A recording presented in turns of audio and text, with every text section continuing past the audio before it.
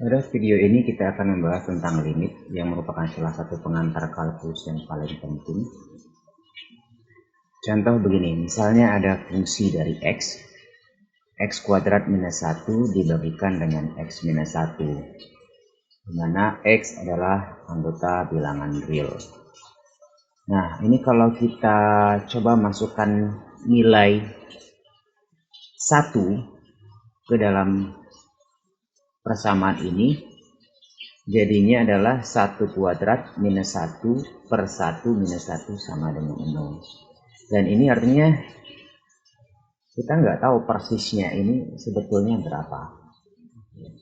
Nah, kalau kita menggunakan cara pendekatan, kita coba nih masukin, kalau 3 dimasukin 3 hasilnya jadi 8, dimasukin 2 hasilnya jadi 3. Tadi kalau dimasukin 1 hasilnya jadi belum tahu, kalau dimasukin 0 hasilnya 1, dan seterusnya. Terbentuklah grafik seperti ini. Tetapi dengan posisi pada saat X sama dengan 1, kita tidak betul-betul tahu sebetulnya berapa hasilnya. Ya. Nah, cara penyelesaiannya menggunakan limit. Jadi daripada langsung memasukkan angka 1, bagaimana kalau kita dekati satunya pelan-pelan gitu ya. Pelan-pelan sampai hingga mendekati 1. Nah, ini hasilnya. Kita mulai misalnya dari 0,5, hasilnya 1,5, 0,9, hasilnya 1,9, dan seterusnya. Semakin lama semakin mendekati. Semakin lama semakin mendekati 2, 1,99. Kalau diteruskan dia akan terus 1,99999 terus seperti itu.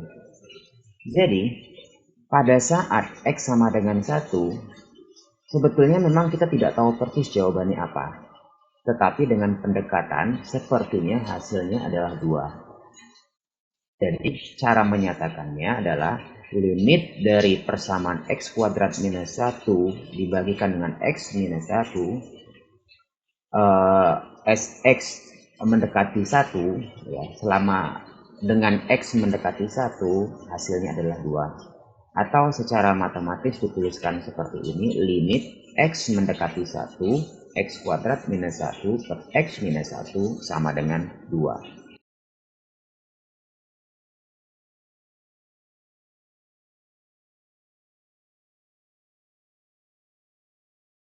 Kita sebelumnya melakukan pendekatan dari kiri, 0,5 terus 0,9 terus 0,9. Kalau kita lanjutkan pada grafik, kita mulai mendekati dari sini.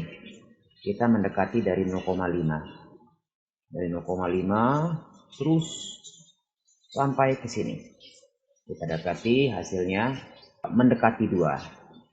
Dan suatu limit dikatakan ada jika dia didekati dari kanan, hasilnya mendekati nilai yang sama, yaitu misalnya pada contoh soal tadi yaitu sama-sama 2, maka dikatakan limitnya ada. Nah, bagaimana jika berbeda? Misalnya seperti ini. Ini ada suatu grafik pada poin A, jika didekati dari kiri, hasilnya itu 3,8.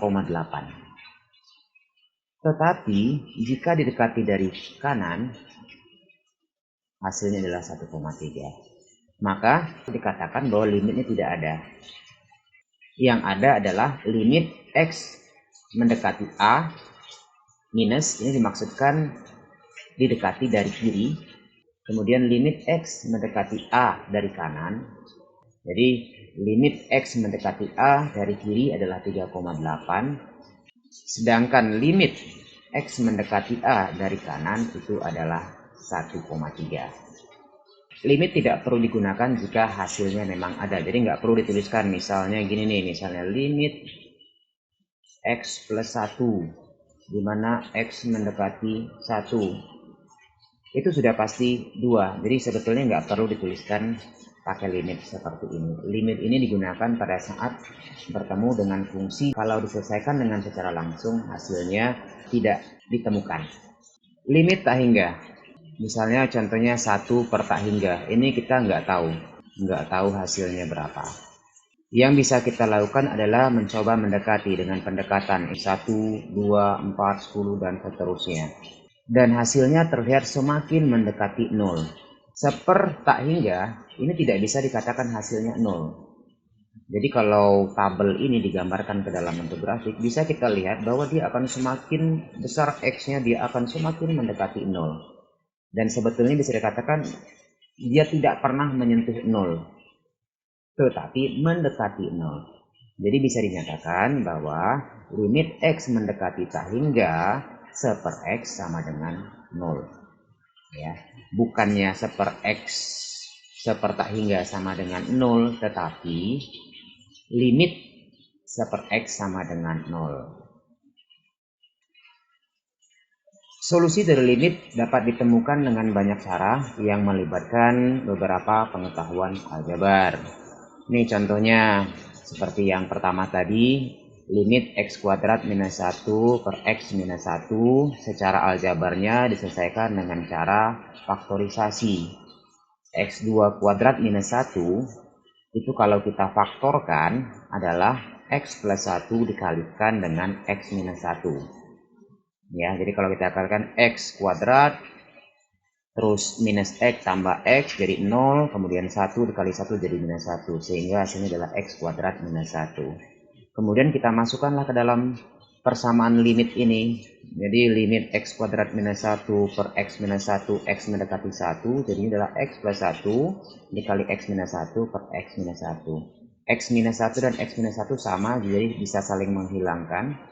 Sehingga jadinya limit X plus 1, X mendekati 1, tinggal dimasukkan nilainya adalah 2. Nah, contoh lainnya, limit yang diselesaikan dengan metode conjugate. Conjugate itu adalah lawan dari tanda operasi aritmetikanya ini. Jadi, adalah 2 plus akar X. Nah, untuk soal ini, limit X mendekati 4, 2 min akar X per 4 min X. Jadi kalau kita masukin langsung 4-nya, 2 min akar 4, itu artinya 2 min 2, 0. Artinya kalau langsung itu adalah, kalau langsung kita masukin hasilnya adalah 0 per 0. Jadi tidak bisa diselesaikan secara langsung, maka perlu kita selesaikan dengan cara limit. Nah, caranya dengan mengalihkan konjugatnya, mengalihkan 2 min akar X dengan konjugatnya. Jadi ini 2 plus akar X dibagikan 2 plus akar X pada dasarnya itu kan hasilnya adalah 1.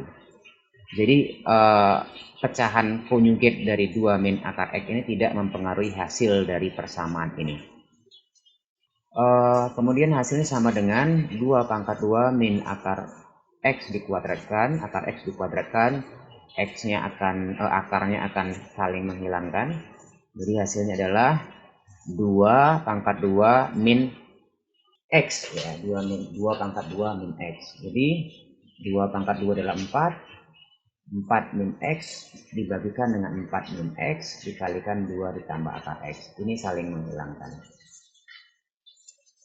Sehingga solusi terakhirnya adalah 1 per 2 ditambahkan dengan akar X. Kita masukkan X sama dengan 4, yaitu 1/4.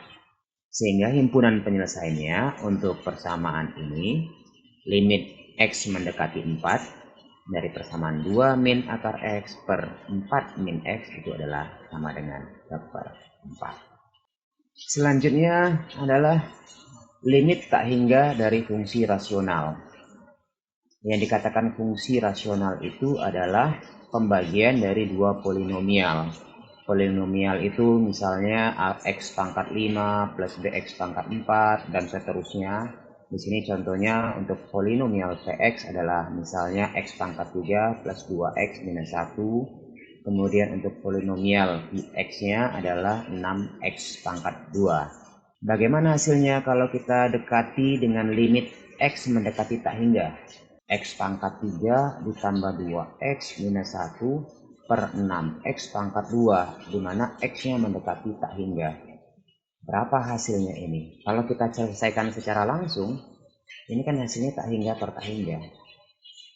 No solusi, ya, tidak ada solusi di sini. Nah, caranya begini. Jika pangkat terbesar dari Px, pangkat terbesar itu misalnya Px ya, ini pangkat terbesarnya. Ya, X pangkat 3 ini adalah pangkat terbesarnya. Nih, pangkat 3 ini pangkat terbesarnya. Sedangkan untuk Qx atau penyebutnya pangkat terbesarnya 2. Nah, jika pangkat terbesar Px lebih besar daripada Qx, ini 3 lebih besar dari 2, maka limitnya adalah plus tak hingga atau minus tak hingga. Untuk contoh soal yang ini, karena di sini adalah positif, maka hasilnya adalah plus tak hingga. Sedangkan untuk limit minus 2x pangkat 3 plus 1 per x pangkat 2 plus 1, di mana pangkat terbesarnya 3 ini lebih besar daripada 2, maka hasilnya adalah tak hingga, sementara variabelnya ini memiliki tanda minus dan hasilnya adalah minus tak hingga. Kemudian yang kedua, jika pangkat terbesar Px lebih kecil daripada Qx, maka limitnya 0. Contohnya begini nih, 2x pangkat 2 ditambahkan dengan 1 dibagi x pangkat 3 ditambahkan dengan 2. Nih, pangkat 2 ini lebih kecil daripada pangkat 3, maka limit ini hasil penyelesaiannya adalah sama dengan 0. Ya. Kemudian selanjutnya, jika pangkat terbesar Px itu sama dengan pangkat terbesar Qx, maka limitnya adalah rasio dari koefisien pangkat terbesar tersebut. Misalnya contohnya rasio dari koefisien pangkat terbesar dari variabel ini. Jadi hasilnya adalah 2/3.